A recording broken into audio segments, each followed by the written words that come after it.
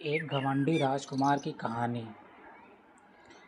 बहुत साल पहले की बात है। एक बादशाह था जिसकी एक बहुत खूबसूरत बेटी थी। वो लड़की अपनी खूबसूरती और दौलत की वजह से बहुत घमंडी हो गई थी। कहीं से भी उसकी शादी के लिए रिश्ता आता तो वो उसे ठुकरा देती थी और उसका खूब मजाक बनाती थी। एक दिन बादशाह ने बहुत बड़ी दावत रखी और उसमें शहज़ादी से शादी करने वाले तमाम शहज़ादों को बुलाया। सब लोग अपने अपने मर्तबे के हिसाब से कुर्सियों पर बैठ गए और फिर शहज़ादी इस दावत में कई चीज़ों के साथ बहुत घमंडी अंदाज में आई और वो जिस भी शहज़ादे के पास से गुजरती तो उसे बहुत नीची नज़रों से देखती। फिर वो एक शहज़ादे के पास पहुंची जो बहुत ज़्यादा मोटा था। तो शहज़ादी ने उसका मजाक उड़ाते हुए अपनी कनीज से कहा, देखो ये आटे का बोरा है। जब दूसरे शहज़ादे के पास पहुंची तो कहा, ये तो खंबा है। और जब तीसरे शहज़ादे के पास गई तो कहा, ये तो सफ़ेद चूहा है। इसी तरह शहज़ादी हर शहज़ादे को बेइज्जत करती रही। लेकिन एक शहज़ादे को तो देखकर उसे बहुत हंसी आई क्योंकि उसने दाढ़ी रखी हुई थी। शहज़ादे ने उसका मजाक उड़ाते हुए कहा कि ज़रा देखो तो, इसने अपने चेहरे पर घास फूस उगा रखा है। बादशाह ने जब ये देखा कि कैसे मेरी बेटी मेहमानों का मजाक उड़ा रही है तो बादशाह को बहुत गुस्सा आया और उसने ये भरे दरबार में ऐलान कर दिया कि शहज़ादे पसंद करे या ना करे, लेकिन मैं इसकी शादी किसी गरीब या फ़कीर से करवाऊंगा। इस ऐलान के बाद तमाम लोग वहाँ से चले गए। फिर कुछ देर बाद वहाँ एक भिखारी आया जो गली मोहल्ले में गाना गाया करता था। फिर वो शाही महल के खिड़की के पास बैठकर गाना गाने लगा। जब शहज़ादे ने उसकी आवाज़ सुनी तो उसने अपने नौकर से कहा कि उसको यहाँ बुलाकर लाओ। तो नौकर फटे पुराने कपड़े वाले उस भिखारी को अंदर बुलाकर ले आया। फिर उस भिखारी ने शहज़ादी के सामने बहुत अच्छा एक गाना गाया और फिर बादशाह से इनाम मांगा। तो बादशाह ने कहा, तुमने बहुत अच्छा गाना गाया है, मैं तुम्हें बहुत अच्छा इनाम दूंगा। मैं अपनी बेटी की शादी तुमसे करवाऊंगा। शहज़ादी ने जब ये सुना तो वो हैरान हो गई। उसने बहुत ज़्यादा ड्रामा किया लेकिन बादशाह ने उसकी एक ना सुनी। बादशाह ने उसे डांटते हुए कहा कि मैंने मेहमानों के सामने ये वादा किया था कि मैं तुम्हारी शादी किसी भिखारी से कराऊंगा। अब मैं वो कसम पूरी कर रहा हूँ। उसके बाद बादशाह ने उन दोनों का निकाह भी करवा दिया और कहा कि अब तुम अपने शौहर के साथ जाने की तैयारी कर लो। शहज़ादी रोती पीटती उस भिखारी के साथ गई। रास्ते में वो एक शिकारगाह के पास से गुजरी। वो शिकारगाह बहुत बड़ी थी। तो शहज़ादी ने भिखारी से पूछा कि शिकारगाह किसकी है। तो भिखारी ने कहा कि मैंने सुना है कि तुमने एक दाढ़ी वाले का मजाक उड़ाया था। ये शिकारगाह उसी दाढ़ी वाले की है। अगर तुम उस दाढ़ी वाले से शादी कर लेती तो ये शिकारगाह तुम्हारी होती। उसके बाद वो एक बड़े से बाग में पहुंची। ये बाग देखकर शहज़ादी ने पूछा कि ये बाग किसका है। तो भिखारी ने कहा कि ये बाग भी उसी दाढ़ी वाले का है। फिर वो एक बड़े अजीमोशान शहर में दाखिल हुई। इतना बड़ा और खूबसूरत शहर देखकर शहज़ादी हैरान हो गई। उसने पूछा कि इस शहर का मालिक कौन है। तो भिखारी ने कहा, यह शहर दाढ़ी वाले के मुल्क में आता है। अगर तुम उससे शादी कर लेती तो ये सब तुम्हारा होता। शहज़ादी ने अफसोस करते हुए कहा कि मैंने बहुत बड़ी गलती कर दी, काश मैं उससे शादी कर लेती। तो भिखारी ने नाराज़ होते हुए कहा कि मुझे उससे कोई मतलब नहीं, मगर तुम मेरे होते हुए किसी दूसरे मर्द की बात क्यों कर रही हो। क्या मुझ में कोई कमी है? उसके बाद वो एक छोटी सी झोपड़ी के पास पहुंचा तो शहजादी ने कहा कि कैसी बेकार और छोटी सी झोपड़ी है। तो भिखारी बोला कि ये मेरा घर है और यही वो जगह है जहाँ हमें ज़िंदगी गुजारनी है। तो शहजादी बोली कि तुम्हारा नौकर कहाँ है? तो भिखारी बोला कि हमें नौकरों से क्या काम, तुम हर काम कर सकती हो। चलो अब तुम जाओ और मेरे लिए खाना बनाओ, मैं बहुत थक चुका हूँ। लेकिन शहजादी को खाना पकाना नहीं आता था, तो भिखारी ने उसकी मदद की।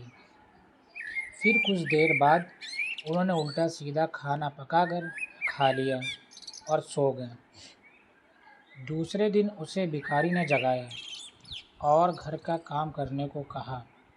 शहजादी पूरा दिन काम करती रही और ऊपर से भिखारी की डांट भी सुनती रही। किसी तरह से उन्होंने कुछ दिन गुजार लिए। एक दिन भिखारी ने कहा कि मैंने जो कुछ कमाया था वो सब अब ख़त्म हो चुका है, अब कमाने की बारी तुम्हारी है। मैं तुम्हें लकड़ी लाकर देता हूँ, तुम उससे टोकरियाँ बना लो। ये कहकर वो जंगल में गया और टोकरी के लिए लकड़ी काट कर ले आया। शहजादी ने टोकरी बनानी शुरू कर दी। उसने पहले कभी इस तरह का मेहनत वाला काम नहीं किया था, इसलिए उसकी उंगलियां जख्मी हो गई और उसमें से खून निकलने लगा। ये देखकर उसके शौहर ने कहा कि तुम काम नहीं कर सकती, मैं तुम्हें धागे ला कर देता हूँ, तुम उससे कपड़े बुन लेना। क्योंकि वो ये भी ना कर सकी तो उसके शौहर ने कहा कि तुम तो मेरे लिए बिल्कुल भी काम की नहीं हो, तुम तो कोई भी काम नहीं कर सकी, तुमसे शादी करके मैं बर्बाद हो गया हूँ। ठीक है, मैं कोशिश करता हूँ कि तुम्हारे लिए मैं मिट्टी के बर्तन ला दूँ, तुम उन्हें बाज़ार में जाकर बेच दिया करो। इस बात पे घमंडी शहजादी ने कहा कि जब मैं बाज़ार जाऊँगी तो मेरे मुल्क के लोग मुझे इस हाल में देख के मुझ पर बहुत हंसेंगे। तो शौहर ने कहा कि ये मेरा मसला नहीं है, अगर तुम भूख से नहीं मरना चाहती हो तो तुम्हें ये काम करना ही पड़ेगा। मिट्टी के बर्तन बेचने का काम बहुत अच्छा चल रहा था। लोग जब एक खूबसूरत लड़की को बाज़ार में बर्तन बेचते हुए देखते तो उस पर तरस खाकर उससे कुछ ना कुछ खरीद लेते थे। जब बर्तन बिक गए तो भिखारी ने और बर्तन ला के दिए। इसी दौरान एक सिपाही वहाँ से गुजरा तो उसने बर्तन लेकर उसमें लात मारकर तोड़ दिए और कहा कि दोबारा तुम इस तरह से रास्ता मत घेरना, एक तरफ बर्तन रख कर बेचना, बीच रास्ते मत बेचना। शहजादी बहुत परेशान हुई। उसने सारा वाक़या घर आकर अपने शौहर से बताया। शौहर ने कहा, तुम बिल्कुल पागल हो, तुमसे किसने कहा था कि तुम बर्तन को ऐसे बीच बाज़ार में रख कर बेचो? आखिर वहाँ से लोगों को निकलने में परेशानी होती होगी। मुझे लगता है कि तुम ये भी नहीं कर सकती, ये तुम्हारे बस का काम नहीं है। मैं शाही महल जाऊँगा, हो सकता है शायद तुम्हारे लायक कोई काम वहाँ मिल जाए। ये कहकर वो शाही महल के लिए रवाना हो गया। शाम को वो वापस आकर कहा कि तुम्हारे लिए शाही महल में मददगार बावर्ची की जगह मिल गई है, अब कम से कम हमें पेट भर के खाना तो मिल ही जाएगा।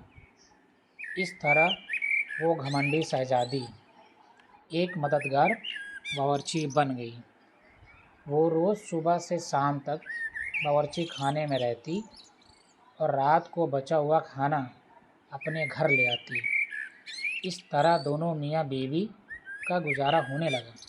महल में आए हुए उसे कुछ ही दिन गुजरा था कि उसने सुना कि महल में कोई शाही प्रोग्राम है। जब मेहमान आने शुरू हुए तो शहजादी बावर्ची खाने की खिड़की से उन्हें देखने लगी। गुलाम कीमती कपड़ों में मेहमान का इस्तकबाल कर रहे थे। हर तरफ शानो शौकत और धूमधाम नज़र आ रही थी, लेकिन शहज़ादी अपनी किस्मत पर आंसू बहा रही थी और अपने तकब्बुर और बेवकूफ़ी पर पछता रही थी। उसी दौरान वहाँ कुछ कनीज़ें आईं, जिन्होंने शहज़ादी को लजीज खाने दिए। शहज़ादी ने उस खाने को टोकरी में रख लिए और घर की तरफ चल दी। अभी वो महल के दरवाजे से गुजर ही रही थी कि अचानक बहुत कीमती पोशाक पहने हुए एक आदमी ने उसका रास्ता रोका। शहज़ादी ने जब उसकी तरफ देखा तो ये वही दाढ़ी वाला बादशाह था जिसका उसने मजाक उड़ाया था। वो खौफ से कांपने लगी। बादशाह उसे लेकर महल में पहुंचा। इतने सारे लोगों को देखकर उसका अपने ऊपर काबू नहीं रहा और घबराहट में उसके हाथ से टोकरी गिर गई और उसमें से खाना निकलकर चारों तरफ बिखर गया। तमाम दरबारी हंसने लगे।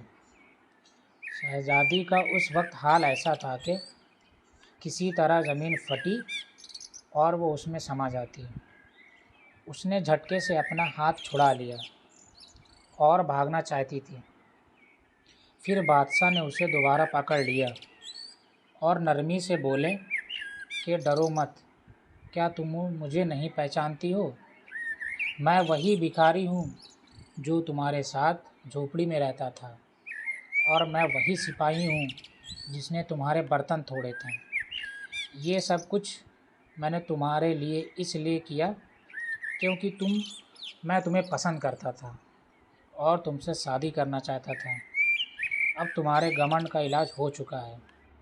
मैं वही भिखारी हूँ जिसके साथ तुम रहा करती थी। जब तुम्हें अच्छा सबक मिल गया है और पिछली बातों को भूल जाओ और देखो हमारी शादी की तैयारियां हो रही हैं। उसी वक्त कनीज़ें आईं और उसे अपने साथ ले गईं। फिर शहज़ादी को नहलाकर उसे दुल्हन का लिबास पहनाया गया। फिर जब वो दोबारा वहाँ आई तो देखा कि उसके माँ बाप और तमाम दरबारी वहाँ मौजूद थे। लोगों ने उसे मुबारकबाद दी। जिस वक्त उस शहज़ादी बिल्कुल बदल गई थी। उसका गुरूर घमंड सब खत्म हो चुका था। उसने ज़िंदगी गुजारने का ढंग सीख लिया था। तो दोस्तों, कैसी लगी आपको मेरी ये स्टोरी? अगर अच्छी लगी हो तो प्लीज़ लाइक करें, सब्सक्राइब करें।